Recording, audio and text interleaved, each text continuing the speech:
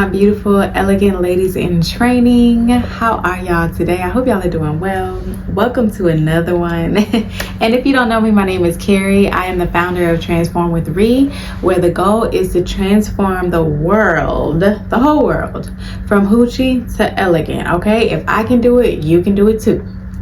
All right, so today I just wanted to kind of vent. I have a teaching moment situation going on. And it's about mindset.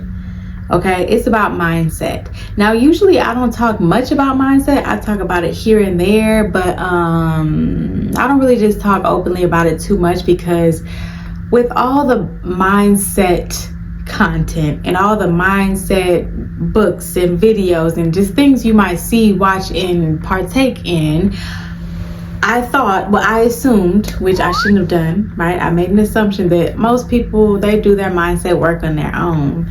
But it turns out that that does not happen. But it also turns out that if you are a person who has a child, right, you should do not really mindset work with them, but you should be giving them positive affirmations like some of these people be doing.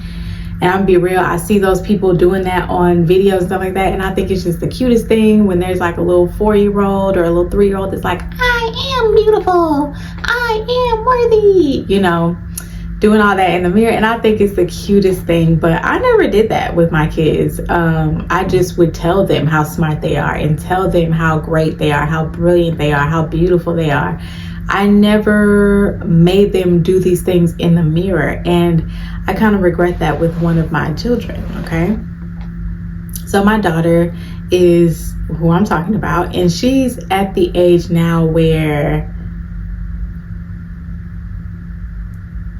looks matter, right? And I don't know how to explain this without making it sound weird, but my daughter's a little different. She doesn't really care about what she got going on. She doesn't really care about those kind of things. She doesn't really care about superficial things yet. Let's say that. So wearing makeup and stuff like that. First of all, she's too young, so nobody's wearing makeup. But even if she did want to wear makeup, I'd be like, absolutely not. So she's not worried about wearing makeup and, showing a lot of skin and stuff like that. She's not like that. Okay. And she's not at that stage yet. And I'm glad, but I feel like she's kind of going to stay there because she has her own little swag, okay? But anywho, so I noticed something the other day, and I told her about it, and she was like, and then I just came to a conclusion, and it just kept going and going and going, because when I talk, these ideas just keep popping in my head, and then revelations keep popping in my head. But anyway, so let me tell you what happened. So every day, when I pick her up from school, or when my husband picks her up from school, she has things in her hands, okay? Whether it's a binder and a notebook and a book that she reads before they let the people go in first period, or whatever it is, okay? She always has something in her hands, in her arms, right? Like covering her chest, like this is how she holds it. Anything much about it at first, because I was like, oh, well, who cares? She has a whole bunch of stuff to carry. When I was in school, I had a whole bunch of stuff to carry too, so it is what it is, who cares? But then my husband noticed, and then he brought it to my attention that nobody else is carrying extra stuff.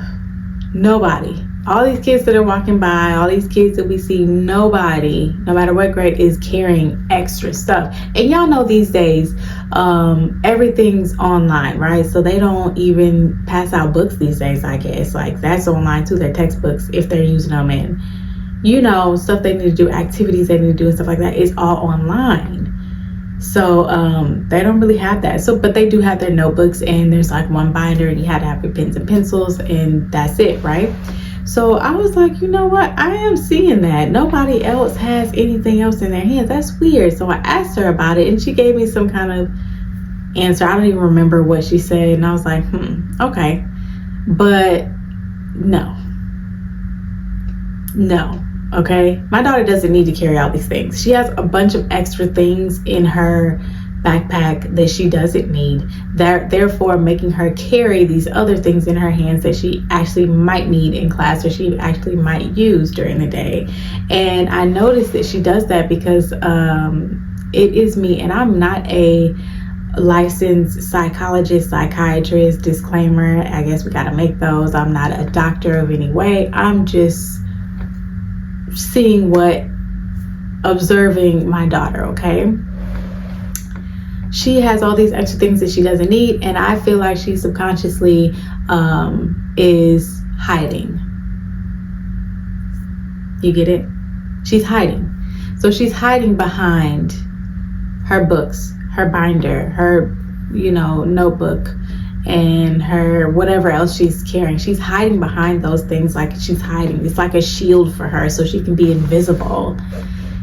Okay, and when it's not those things, she always wears like a cardigan, or last year she was wearing a lot of oversized sweatshirts and stuff like that. And when y'all hear that, don't think that my daughter's depressed. She's not depressed.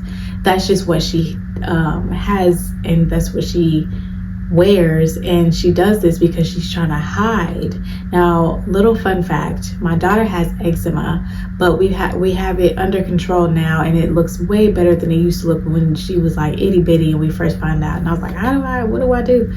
Anyway, so she is very self-conscious about this. I think she's very embarrassed. At one point she was even crying, like she didn't want to wear something that was showing her arms, and I was like, whoa. And it just makes you sad. It breaks your heart, because that's your child. You want to protect them, and you don't want them to feel bad about themselves. So that's what she does now. She doesn't like to show a lot of skin, and it's like, oh, thank you, Lord. But at the same time, I don't want her to feel uncomfortable in her own skin. That's the part that makes me sad. And I try to get her to understand how beautiful she is. Like, look at your mother, and how great she looks and stuff like that. But I can only do so much.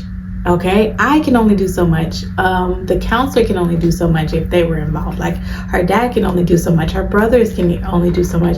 Like, I realized that I had to step back and realize that, because I was getting a little frustrated. Like, how can you say these things about yourself, or how can you feel like this? And I literally see you hiding. Okay, she's always hiding behind her clothes. She hides behind her clothes, and it just makes me sad. Now, one thing I was saying to her was like, I don't understand why you do this, because I bought you all this beautiful clothes. Like, hello, of course I'm gonna do it. You have a parent as a stylist. Yes, I'm gonna make sure you look amazing. But at the same time, it only goes so far as those clothes. I can't give you the tools you need, which is the beautiful clothes, the expensive sneakers, and you want to wear cardigans all the time and sweatshirts. Let me give you the cute ones instead of these oversized, weird, dirty, dingy looking ones, right?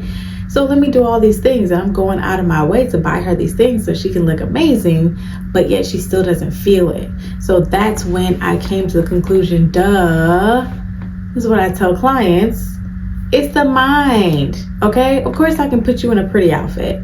Of course I can make you look cute. Of course I can make you look like a boss, like a big boss, but you, in your mind, you're still something that's this big. That is wild to me. So and it's like, it's not foreign to me, of course, because this is one of the things I talk about. And when you order I said when, not if, okay? Because y'all need to go ahead and get it. You order my Boss Wardrobe e-guide, okay, y'all? It's a quick, easy guide to get through and to really make you the stylist, if that makes sense, right? I literally just walk you through you picking out your own clothes for your own wardrobe for work, your business, to make you look like a boss, whatever you got going on. And I don't even care if you work at McDonald's, because I'm sure you're not planning to stay at McDonald's forever, okay? You might be working at McDonald's, but you might want to own that McDonald's one day. Whatever it is, you will have the tools you need. You will have the blueprint to create your boss wardrobe. So y'all make sure y'all get that. Go purchase it, okay?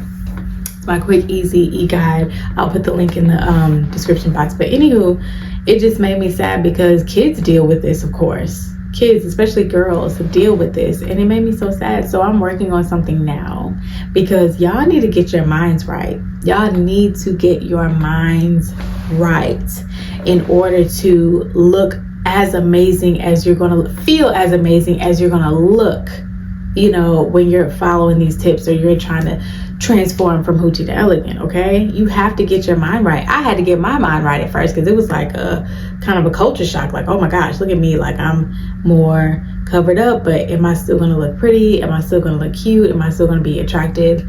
You know, like, what am I gonna look like? What am I gonna feel like? Am I gonna feel like an old lady? What am I gonna feel like, right? So I did my own mindset work. So I'm working on something though that is going to get y'all all the way together, and maybe even somebody younger that you might know that might need this, because I'm definitely going to give this to my daughter because it's time. Like, she looks amazing and she doesn't even know it. So y'all need to get your minds right. But until then, make sure y'all go and follow me on Transform with Ree, all lowercase letters. And I will see y'all in the next one, okay? Bye.